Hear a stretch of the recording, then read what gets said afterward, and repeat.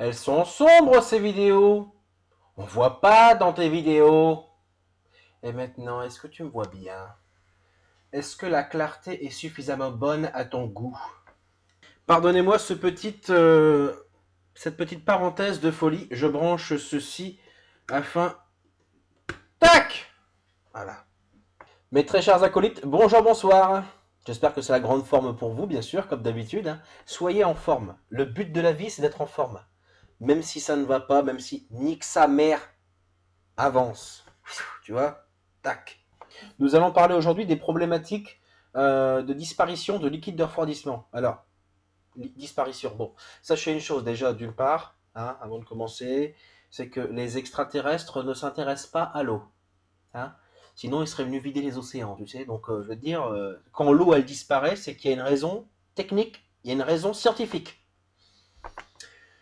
On va parler des moteurs VR6, hein, je précise quand même. Hein. VR6, 12 soupapes, là. Donc, sur ce moteur-là, lorsque le liquide de refroidissement, bah, le niveau diminue à chaque fois, vous en remettez, vous dites merde, où est-ce que ça part? Sachez qu'il n'y a que deux hypothèses possibles. Fuite ou consommation. Donc, dans le premier cas, je vous explique qu'est-ce qui peut se passer. Une fuite de quoi? Soit ça fuit parce qu'une durite est percée, donc dans ces cas-là, il va falloir que vous identifiez cette durite et que vous la remplaciez. Ne faites pas de magouille, tiens, je vais la raccourcir. Partez pas dans des délires de magouille, hein. Ça rigole pas, la mécanique auto. Hein. On fait les choses convenablement. Hein. Alors c'est vrai que quand il faut acheter une durite neuve chez Volkswagen et que tu en as pour 50 balles, pour un putain de morceau de caoutchouc, tu te dis bon, c'est vrai que ça fait chier. Mais c'est comme ça, si tu veux que ça dure, c'est ce qu'il faut faire. Donc soit c'est une durite qui est percée, soit c'est un des deux radiateurs qui fout la merde, enfin qui est percé, quoi, qui présente une fuite. Donc c'est soit le radiateur moteur, soit le radiateur de chauffage, qui se trouve derrière le tableau de bord dans le bloc de chauffage. Si vous avez la clim sur votre bagnole, que ce soit une Golf 3, Corrado, Passat, ce que vous voulez, sachez que le condenseur de clim est très proche du radiateur. Et en plus, il se trouve devant. Donc c'est vrai qu'au niveau du refroidissement, c'est pas terrible, terrible. Des fois, il y a de la merde en fait qui se stocke entre le condenseur et le radiateur. Tu sais, des morceaux de feuilles, des toiles d'araignée, un peu de tout ça. Alors non seulement ça empêche le bon refroidissement, mais surtout ça peut attaquer l'aluminium. Tu sais, une fois qu'il y a une décomposition machin, ça commence à faire une petite érosion, il y a une petite fuite, et ça y est, c'est le début des emmerdes. Donc n'ayez pas peur du démontage hein, quand vous faites votre diagnostic, il ne faut pas avoir peur de regarder ce qui se passe, donc vous retirez votre pare-choc, tac tac, ou si ça sent le liquide de refroidissement au niveau du radiateur, encore une fois. Si vous n'êtes pas dans le cas d'une fuite, c'est que obligatoirement vous êtes dans le cas d'une consommation. Il existe un moyen de savoir si vous consommez de l'eau ou pas. Avec votre Golf VR6 Power. Golf, Corrado, tu m'as compris. Il va falloir que vous observiez un petit peu ce qui se passe au niveau de l'échappement. D'ailleurs, je vous mets un petit extrait, tiens. Regarde. Tac. Tu vois cette fumée-là? La voiture était chaude, hein, le moteur était chaud. Pas une goutte d'huile n'était consommée. Parce que le niveau d'huile ne bougeait pas d'un micron. Par contre, le niveau d'eau, lui, diminuait. Donc ça, cette fumée-là, c'est caractéristique de la consommation d'eau du joint de culasse qui est mort. Cherchez pas, c'est ça. Ça ne fumera pas plus que ça si le joint est mort entre le cylindre numéro 1 et le conduit de refroidissement adjacent. On va dire que la quantité d'eau qui passe et qui est brûlée ne fumera pas d'une manière excessive, parce que c'est une petite quantité d'eau finalement. D'accord? Et avec la détente des gaz et surtout le souffle avec lequel c'est expulsé, parce que les moteurs VR6, ça débite. Hein.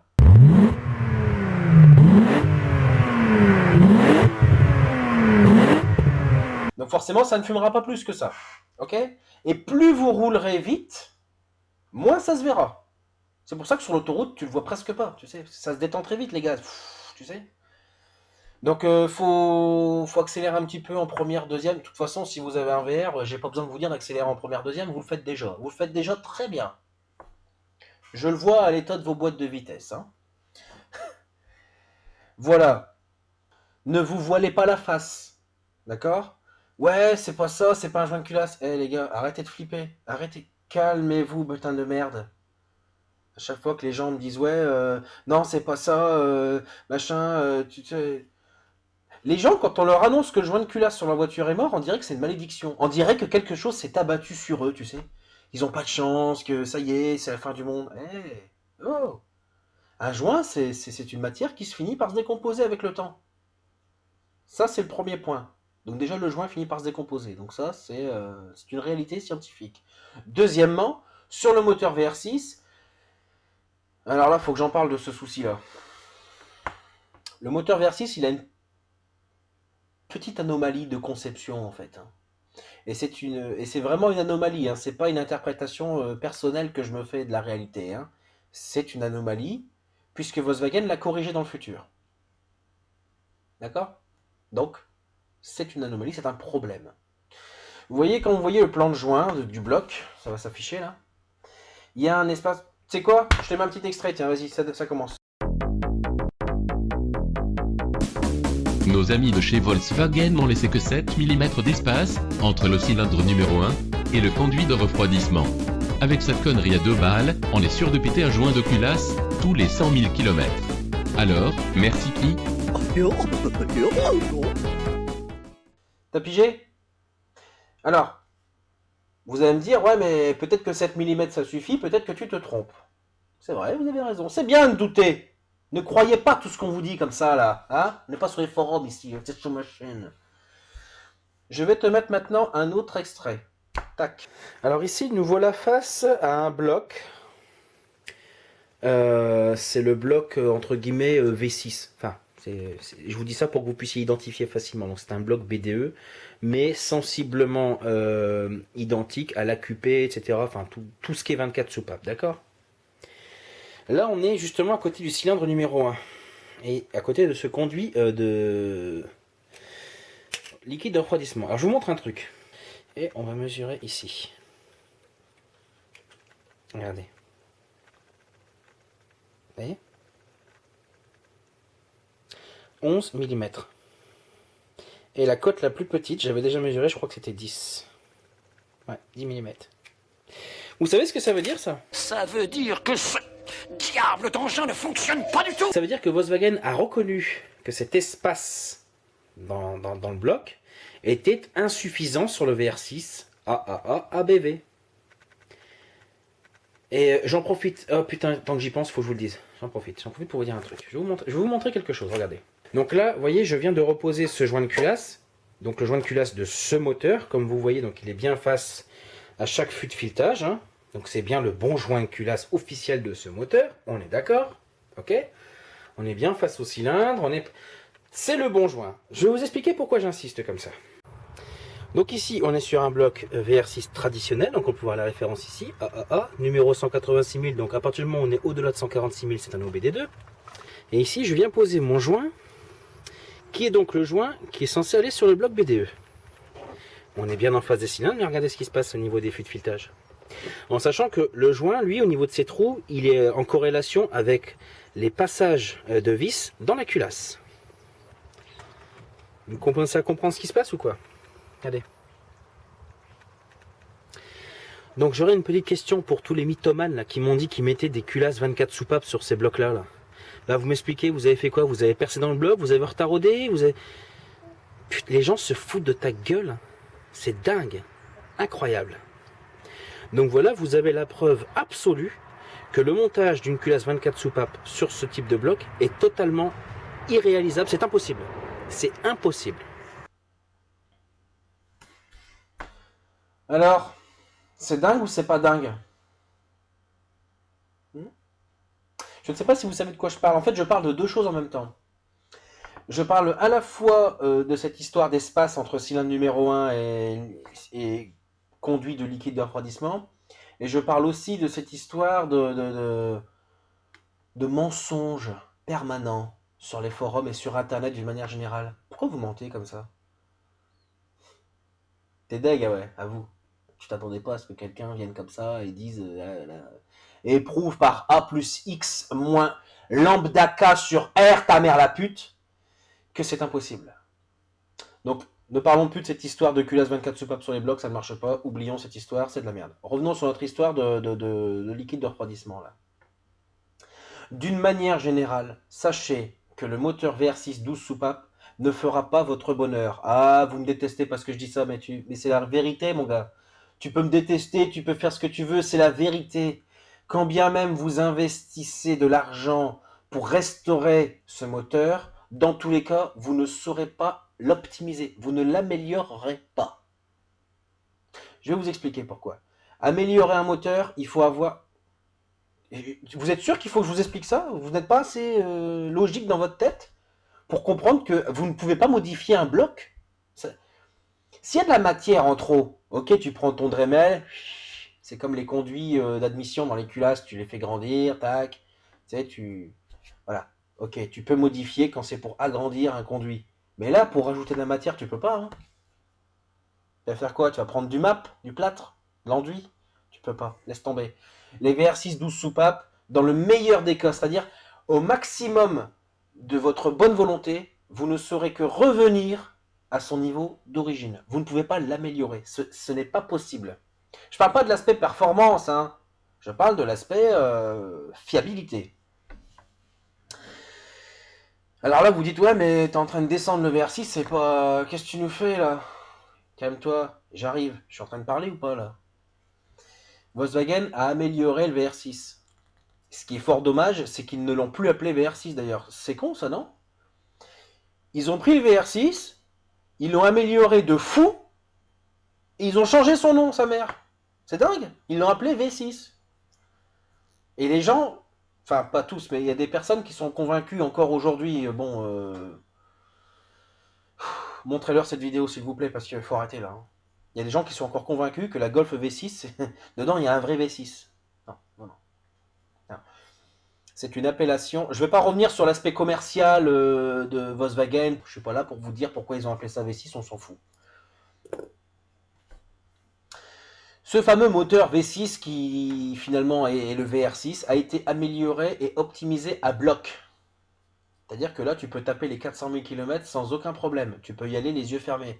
Bon, évidemment, si vous faites une vidange tous les 40 000 km, n'est-ce pas? Ou alors que vous tapez dedans à froid, là, évidemment, on n'est plus dans le cas de figure que je viens d'évoquer. Hein. Mais théoriquement, si vous respectez la mécanique, le VR6 24 soupapes est très fiable. Yeux fermés, tac, pas de souci. En tout cas, pas de problème avéré, quoi. Aujourd'hui, il n'y a pas de problème officiel sur cette mécanique-là. Personne ne se plaint de quoi que ce soit. Sauf quand il roule, tu sais, très bas, là. Tu sais, les voitures ABC, tuning, machin, les combinés filetés, enfin, ouais. Les gens, ils roulent avec une voiture à ras du sol, ils tapent le carter, donc forcément, lui, il le dégage en 20 secondes, le moteur continue à tourner sans huile, boum, il coule les bielles. Ouais, V6, c'est de la merde. Tu diras à ta maman qu'elle te donne un paquet de bonbons. Le moteur 24 soupapes, c'est le VR6 optimisé et fiabilisé. D'accord? Donc il a été fiabilisé déjà pour ses problématiques de refroidissement, parce que sur 12 soupapes, comme je l'ai dit en début de vidéo avec mon petit extrait, l'espace était insuffisant entre le cylindre numéro 1 au niveau du bloc, etc. En plus, c'était un joint de culasse normal, alors que sur le 24 soupapes, c'est un joint métallique. D'accord? Mais il a également été optimisé en termes de performance. C'est-à-dire que, vous savez, les gens qui mettent des pipes Schrick, des pipes d'admission Schrick sur les VR6 12 soupapes, là. Schrick ou VSR, hein, c'est le même business. Avec grand espoir de gagner des chevaux. Ou du couple, ou enfin bref. Tu sais, on ne sait pas ce qui se passe dans la tête des gens qui achètent ça. Hein. Ça fait joli quand tu ouvres le capot. Ok, ça fait beau. Je suis d'accord avec toi. Mais sache que ça, la présence de cette pipe d'admission ou la présence d'un V12 aura le même effet aux yeux d'un expert si tu renverses quelqu'un dans la rue. Mais tu crois quoi? Vous êtes dingues les mecs, non? Ou pas?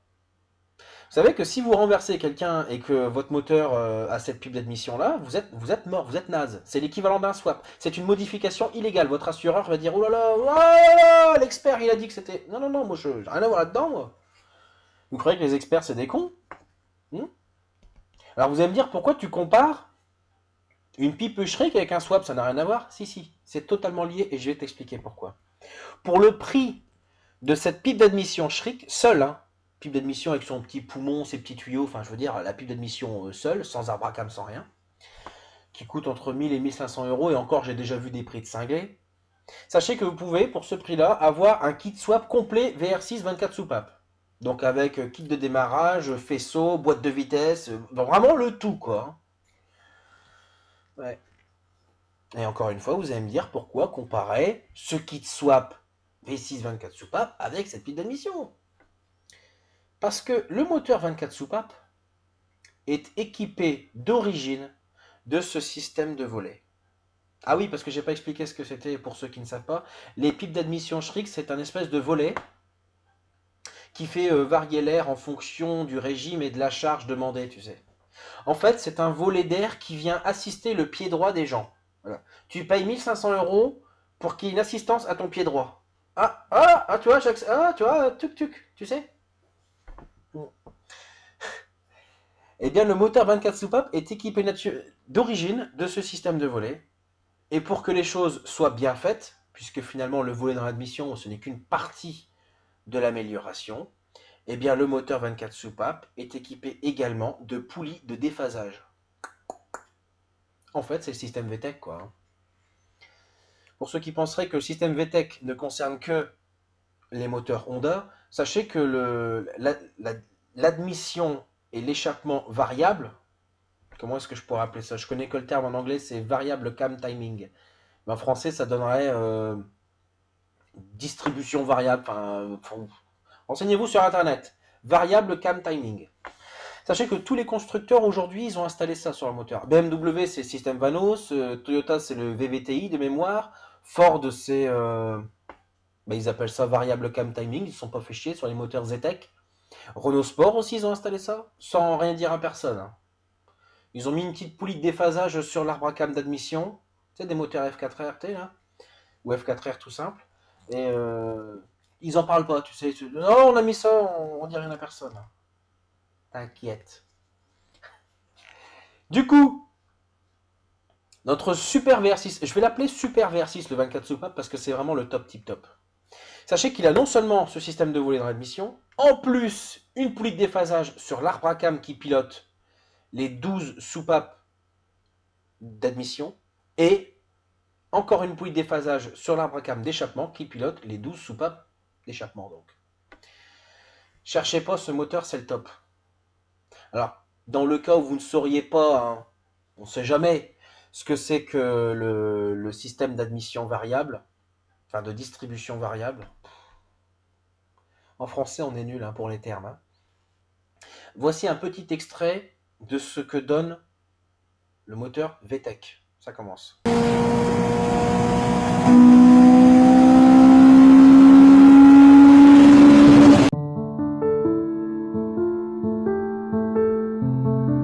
Bah ouais, Grégoire, on l'a perdu. Hein. Il est parti dans une forêt, il est parti fumer un spliff pour faire passer la douleur du crédit. Ouais. Notre histoire de pipe d'admission. Vous voulez les mettre, ça fait joli, mettez-les, faites-vous plaisir. Enfin, si vous voulez quelque chose qui fait joli, achetez plutôt une belle paire de godasses, une petite paire de bottes et un sac à main à votre femme. Tu vois? Et là, ça fera joli, puis en même temps, tu auras une petite récompense. Enfin, généralement, c'est comme ça que ça marche. Donc, voilà, revenons un petit peu sur notre histoire de joint de culasse, là, parce que je vois que tu es parti dans un sac à main, là, reviens. Joint de culasse. Dans le cas d'une consommation d'eau, et que vous incriminez votre joint de culasse, c'est-à-dire que voilà, vous avez pris les compressions et vous avez défini que un ou plusieurs cylindres a une compression plus faible que les autres. Donc ça peut provenir soit de la segmentation, soit d'un problème d'étanchéité au niveau culasse. Donc pour vraiment éliminer l'histoire de la segmentation, vous prenez de l'huile, vous versez comme ça dans le fût par le trou de la bougie et vous refaites votre test de compression. Si ça donne le même résultat, vous éliminez votre histoire de segmentation et c'est bel et bien un problème d'étanchéité au niveau culasse, c'est-à-dire joint ou siège de soupape. Si c'est le cas, n'ayez pas peur. T'inquiète, tranquille, tu vas y arriver. T'es un pro, je le sens, toi. Toi, là. Il y a beaucoup de gens qui avaient peur et qui aujourd'hui sont super autonomes sur l'entretien de leur bagnole. Et je suis super content de ça. Je suis d'autant plus content de voir que les gens y arrivent que pour certains, Ça, ça a été difficile hein, pour certains de les mettre à... Hein, il y en a qui se reconnaîtront d'ailleurs. Je vous salue les mecs. Et je suis super fier de vous. Super fier de vous. Vous êtes des putains de génies les gars. Des gars qui, pour rien au monde, n'auraient tenu un tournevis et n'auraient voulu se lancer dans des opérations. Aujourd'hui, c'est des putains de spécialistes. Je suis super content de ça. Lancez-vous vous-même dans la réparation de vos bagnoles. C'est super important. Déjà, quand tu roules avec, tu ressens par les vibrations de la voiture. Enfin, quand je dis vibrations, je ne parle pas de vibrations problématiques. Hein, mais je veux dire par... voilà, c'est une voiture, ça tremble un petit peu. Tu as un ressenti quand même. Et bien, ce ressenti, tu vas le développer. De plus en plus. Plus tu connaîtras ta bagnole, plus tu y mettras les mains dedans, tu iras voir un petit peu ce qui se passe en dessous, au niveau des amortisseurs, au niveau des trains roulants, du moteur et tout ça, et plus tu seras à même d'anticiper les problèmes. Parce que quand tu commences à sentir une vibration ou un bruit suspect, tu pourras intervenir bien avant que les choses ne pètent, et que ça n'engendre des casses et des choses plus graves. Faites les choses vous-même, n'ayez pas peur. Alors bien sûr, vous allez dire, ouais mais j'y connais rien. Je vais vous expliquer les excuses, c'est pas des excuses, mais les motifs que j'entends le plus souvent. J'y connais rien, j'ai pas d'outils, j'ai pas la place. Bon, le j'ai pas de thune, il compte pas, hein, parce que bon, bah, si t'as pas d'argent, à la limite, vends ta bagnole et prends le bus, hein, ce sera 100 fois mieux. Hein, parce qu'une bagnole, faut l'entretenir, quoi. Et je veux dire que si t'as pas l'argent pour l'entretenir toi-même, c'est que tu n'as encore moins l'argent pour la faire entretenir dans un garage. Et là, je vais te dire, avoir une voiture et ne pas être en mesure de l'entretenir, prends le bus. Prends le bus. D'accord? Parce que ta bagnole, tu vas la massacrer pour rien. Et laisse tomber. C'est pas un truc qui est fait pour toi. Parlons du premier cas, là. Je sais plus ce que j'avais dit en premier. J'y connais rien. Mais bien sûr, mais personne n'y connaît rien. Vous pensez qu'à la maternelle, les gosses, c'est déjà des génies de la mécanique auto? Non? Mais il faut se lancer. À un moment donné, tu ouvres le capot, tu te dis, bon, alors qu'est-ce qui se passe là-dedans? Qu'est-ce que c'est une bougie? Qu'est-ce que c'est un filtre à air? Commencez par les bases déjà. Une putain de vidange, je sais pas moi. Quand il y en a qui font leur vidange... Bah ouais, mais j'ai envie de chialer, moi. Putain, une vidange, mais c'est quand même le truc le plus banal, le plus basique au monde. Bon, moi, j'aime pas les vidanges, j'aime pas faire ça. Hein. Quand on me demande d'en faire une pour quelqu'un d'autre, je dis toujours non. Attends, tu t'allonges par terre, t'as l'huile qui te coule sur la main et tout. Pourquoi? Pour prendre 20 balles, c'est pas la peine. Hein. Mais je veux dire, c'est quand même l'opération la plus simple de la planète concernant l'automobile. Tu te mets en dessous, tu ouvres un bouchon, une bassine, t'attends que ça coule, tu refermes le bouchon avec un joint neuf, tu te mets au-dessus, tu remets de l'huile neuve, tu changes ton filtre, excuse-moi. C'est quand même un truc... si... Ah putain, arrête avec tes conneries toi, hein. Cherche pas. Hein. Lancez-vous. Allez-y, n'ayez pas peur. De toute façon, je vais vous expliquer un truc. Et vous expliquer un truc après, je finis mes 3 cas là. Donc j'y connais rien, ça ne tient pas le coup parce que de toute façon, personne n'y connaissait rien avant de s'y intéresser. Donc c'est quand on s'y intéresse qu'on commence à s'y connaître. Deuxièmement, j'ai pas d'outils. Alors là, celle-là, pas à moi, s'il vous plaît. Je sais que vous n'avez pas d'outils. Pour ceux qui n'en ont vraiment pas, c'est vrai, c'est pas des menteurs. Mais je vais te dire un truc. Prenons l'exemple du joint de culasse là. Allez chez un garagiste et demandez-lui, faites un devis. J'en ai pour combien mon joint de culasse? Imaginons, j'en sais rien, mais imaginons qu'ils te disent, il y en a pour 1200 euros, d'accord? Le mec te dit, il y en a pour 1200 euros pour que votre voiture roule à nouveau comme avant. Dans ces 1200 euros, bien sûr, il y a des pièces, donc un joint neuf, des pièces, quoi, des vis de culasse, etc. Il y a sa main-d'œuvre, et il y a aussi la TVA, c'est-à-dire que l'État va prendre 20% de ta réparation. Il faut donner 20% à l'État pour que ton joint de culasse revienne... Et vous oubliez toujours ce truc-là, hein, mais faut y penser. Hein. C'est-à-dire que tu vas donner 20% au gouvernement, ou à l'État, au système, de ta réparation de joint de culasse. Voilà. Vive la planète et vive le monde.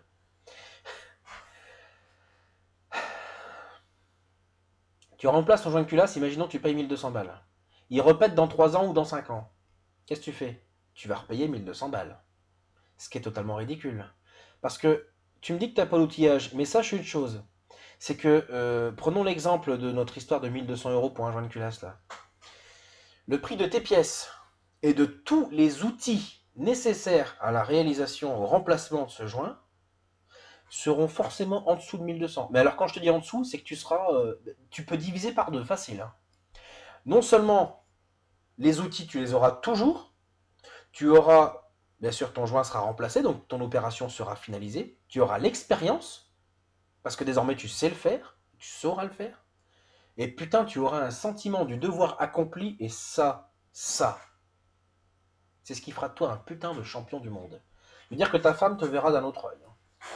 Voilà, vous serez super content. Et enfin, le troisième cas, donc c'était quoi? C'était... Je m'y connais rien, j'ai pas d'outils, j'ai pas la place. Alors là, par contre, attention, j'ai pas la place, ça peut être un bon argument. Parce que, d'une manière générale, quand vous vous lancez dans une opération mécanique, le plus grand stress va être les contraintes de place, l'emplacement. Surtout si vous êtes amené à devoir déplacer votre bagnole parce qu'il y a une urgence ou parce que je ne sais pas quelle raison.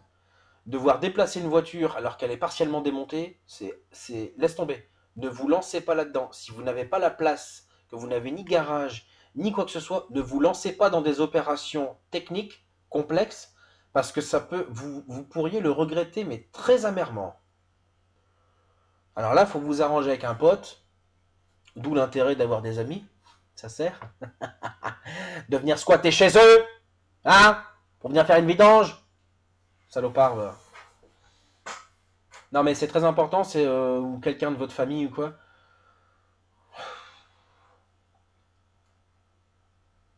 Je suis contre les garagistes, moi. Je les déteste.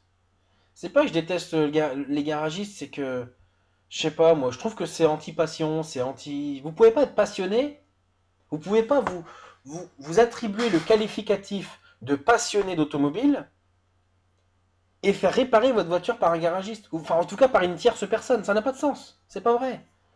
Entretenez vos voitures vous-même. C'est vrai que ceux qui n'ont pas de place, bah... Vous êtes dans la merde, quoi. Ah, vous n'êtes pas dans la merde, mais c'est très compliqué.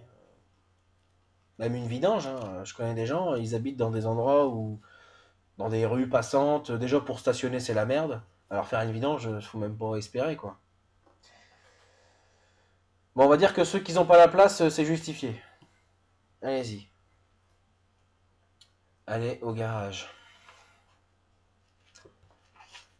Donc, j'espère que cette vidéo a été instructive pour vous. Il y en aura d'autres si ce n'est pas suffisamment clair. Ne vous inquiétez pas. Si il y a un point sur lequel je n'ai pas été suffisamment précis, ben vous le dites dans un commentaire. Hein, vous précisez. Je reviendrai là-dessus la prochaine fois. D'ailleurs, dès que je coupe cette vidéo, il y en a une autre qui reprend, mais sur un autre sujet, etc. Donc, tout est évoqué. Tout sera évoqué. Donc voilà. Bon, bah, cette vidéo prend fin là maintenant. Je vous souhaite une très bonne journée, soirée, nuit. Je ne sais pas où vous en êtes. Et puis à bientôt.